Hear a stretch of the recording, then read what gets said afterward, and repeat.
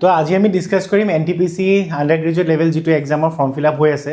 আৰু ইয়াৰ পৰা মই এটো জনাব বিচাৰিছো যিখিনি ল'ৰা ছোৱালী ফৰ্ম ফিল আপ কৰিব নোৱাৰিলে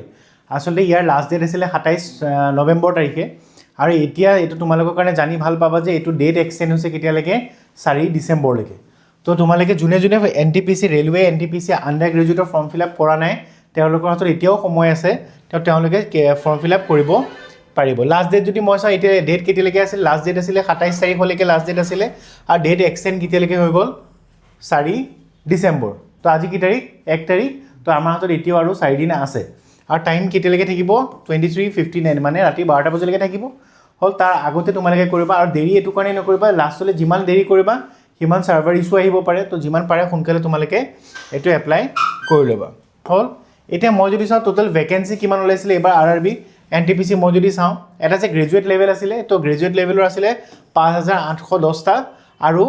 UG আন্ডাৰ গ্ৰেজুৱেট যেটো 12 লেভেল বুলি কয় ক্লাস 12 লেভেল হেতু আছে 3058 টা টোটাল পোষ্ট ওলাইছিল কিমান 8868 টা মানে 8868 তো জুনে গ্ৰেজুৱেট লেভেলৰ ফৰ্ম ফিল আপ কৰিলে তেওঁলোকে তো ভাল কথা তেওঁলোকৰ কাৰণে কিন্তু জুনে কৰা নাই বা জুনে ক্লাস 12 ত পঢ়ি আছে বা ক্লাস 12 পাস কৰিছে তো তেওঁলোকে কি কৰিব পাৰিব এটো এক্সাম দিব পাৰিব হল তা মিনিমাম কোৱালিফিকেশন কি লাগিব ক্লাস 12 হল এটো এইকিটা এক্সাম আমি দিব পাৰিম এটো ফৰ্ম ফিল আপ এটা চলিছে এক্সাম প্যাটাৰ্ন যদি মই চাও NTPC গ্ৰেজুৱেট লেভেলে হওক বা NTPC হাই সেকেন্ডাৰী লেভেলে হওক এক্সাম প্যাটাৰ্নটো সেম হয় এটা এক্সাম প্যাটাৰ্ন এই দুটা প্যাটাৰ্নত হ'ব এটা আছে কি হ'ব ফাৰ্স্টে প্ৰি হ'ব তাৰ পিছত কি হ'ব মেইনস তো প্ৰি টু আমি কি হ'ব CBT মানে কম্পিউটাৰ বেসড টেষ্ট ৰেলৱে যিখিনি এক্সাম হয় সেইখিনি SSC এক্সাম যিখিনি কম্পিউটাৰত হয় কম্পিউটাৰত গৈ দিবগৈ লাগে আৰু সেই টেষ্টটোকে কোৱা যায় CBT আৰু এটা হ'ব CBT 1 আৰু হ'ব মেইন যেটো কয় হেতু কোৱা যায় CBT 2 মই আকৌ এটো কথা কৈছো যে গ্ৰেজুৱেট NTPC গ্ৰেজুৱেচন আৰু NTPC হাই সেকেন্ডাৰী দুইটাই কি হ'ব তোমাৰ এক্সাম প্যাটাৰ্ন একে তো হেতু কাৰণে বেলেগকে চাব না লাগে এটা যদি মই চাও কেটা হ'ব জেনাৰেল এৱাৰনেছ কেটা নাম্বাৰ অফ কোৱেশ্চন কেটা 40 টা নাম্বাৰ অফ কোৱেশ্চন মাৰ্কস কিমান থাকিব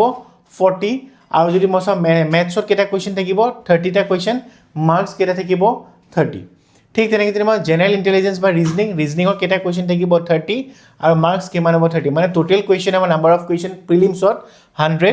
মাৰ্কস কিমান থাকিব 100 আৰু টাইম কিমান পাবা 90 মিনিটস মানে কিমান 1.5 ঘণ্টা হয়নে ঠিক যদি মই মেইনছত যাও অকমান চেঞ্জেস হ'ব টাইম একে থাকিব 90 মিনিটস 1.5 ঘণ্টা নাম্বাৰ অফ কোৱেশ্চনস বাঢ়ি যাব জেনাৰেল এৱাৰনেছ কেটা থাকিব জিএ মানে তাত কি থাকিব history geography polity economy current এফেয়াৰ্স সব মিলাই পেলাই কেটা থাকিব তুমি ইয়াত 50 টা কোৱেশ্চন আৰু তোমাৰ মাৰ্কস কিমান হ'ব 50 ঠিক তেনে মেথছত কেটা হ'ব 35 টা কোৱেশ্চন 5 টা কোৱেশ্চন বাঢ়ি যাব 5 মাৰ্কসও বাঢ়ি যাব মেইনছত তাৰপা আছে তোমাৰ ৰিজনিংত 5 টা কোৱেশ্চন বাঢ়ি যাব আৰু ইয়াতো কি হ'ব 5 মাৰ্ক মানে 35 টা 35 তো নাম্বাৰ অফ কোৱেশ্চন কিমান হৈ যাব 120 প্ৰিলিমছত কিমান আছিল 100 আৰু যদি মাৰ্কস কিমান হ'ব 100 এবাৰ মাৰ্কস কিমান হ'ব 120 তো মেইনছত কি হ'ব টাইম কিমান হৈ যাব টাইম কিন্তু সেম থাকিব বুজি পালা এতিয়া তুমি যদি সোৱা এক্সাম কিটা কেতিয়া হোৱা চান্স আছে তুমি আজিকালি এটা ভাল হৈছে কি তোমাৰ ৰেলৱে বোৰ্ডে কি কৰে RRB কি কৰে যে নিজৰ ক্যালেন্ডাৰ উলিয়াই দিয়ে পাবলিশ কৰি দিয়ে আৰু তুমি অলৰেডি গম পাব যে এক্সাম কেতিয়া হয় আৰু যেনেকে তোমাৰ এক্সাম পাবলিশ কৰিছে তোমাৰ হেতু প্যাটাৰ্নত যদি তুমি সোৱা ALP যেনেকে কিহতে নটিফিকেশন ওলাইছে হেতু প্যাটাৰ্নতে কি হ'ব এক্সাম হ'ব তো তুমি যে ALP RRB technician প্যাৰামেডিকেল post RRB JE NTPC graduate NTPC under graduate আৰু এটা এক্সাম ওলাব বাকি আছে RRB গ্ৰুপ D হল তো এতিয়া যদি তুমি সোৱা টোটাল ভ্যাকেন্সি কিমান আছে কিটা ভ্যাকেন্সি এক্সাম কেতিয়া হ'ব পাৰে টেন্টেটিভ ডেট যেটো তোমাৰ সোৱা আমাৰ এতিয়া যেটো তোমালকে ফৰ্ম ফিল আপ কৰে এতিয়া বৰ্তমান চলি আছে 4 তাৰিখলৈকে যেটো ডেট 4 ডিসেম্বৰলৈকে যেটো ডেট আছে হেতু আছে NTPC আন্ডাৰ গ্ৰেজুৱেট আৰু এতিয়া এক্সাম কেতিয়া হ'ব পাৰে ALP ডেট হ'ব পাৰে টেন্টেটিভ ডেট ফেব্ৰুৱাৰী মাহত হ'ব পাৰে RRB টেকনিশিয়ান মাৰ্চত হ'ব আৰু প্যাৰামেডিকেলো মাৰ্চৰ ভিতৰতে হ'ব লাগে RRB জুনিয়ৰ ইঞ্জিনিয়াৰ যেটো আছে এপ্ৰিলৰ ভিতৰত আৰু NTPC যদি তুমি সোৱা গ্ৰেজুৱেট আৰু UG আন্ডাৰ গ্ৰেজুৱেট এটো এক্সাম কেতিয়া হ'ব পাৰে মে আৰু জুনৰ ভিতৰত হ'ব তো এতিয়া যদি ডিসেম্বৰ মাহ মানে আমি যদি চাও জানুৱাৰী ফেব্ৰুৱাৰী March April May June almost আমাৰ কিমান মাহ আছে 6 মাহ আছে ভালেখিনি সময় আছে তো হেতু কাৰণে আমি কি কৰিব পাৰো এই দুটা এক্সামৰ কাৰণে আমি ভালকে প্ৰিপাৰেচন কৰিব পাৰো আৰু তুমি এটা বস্তু যদি সোৱা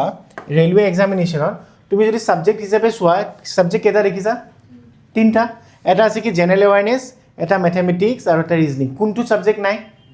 ইংলিশ তো ইয়াৰ পৰা এটা কথা গম পালো তে ৰেলৱে এক্সামত কোনটো সাবজেক্ট নাথাকে ইংলিশ নাথাকে হল তো এইখিনি আৰু যিমান পাৰে সিমান সোনকালে তোমালোকে ফৰ্ম ফিল আপটো কৰি লোৱা লাষ্ট ডে কেতিয়ালৈকে আছে 4 তাৰিখলৈকে আছে হয়নে আৰু জেনেৰেলৰ কাৰণে কিমান টকা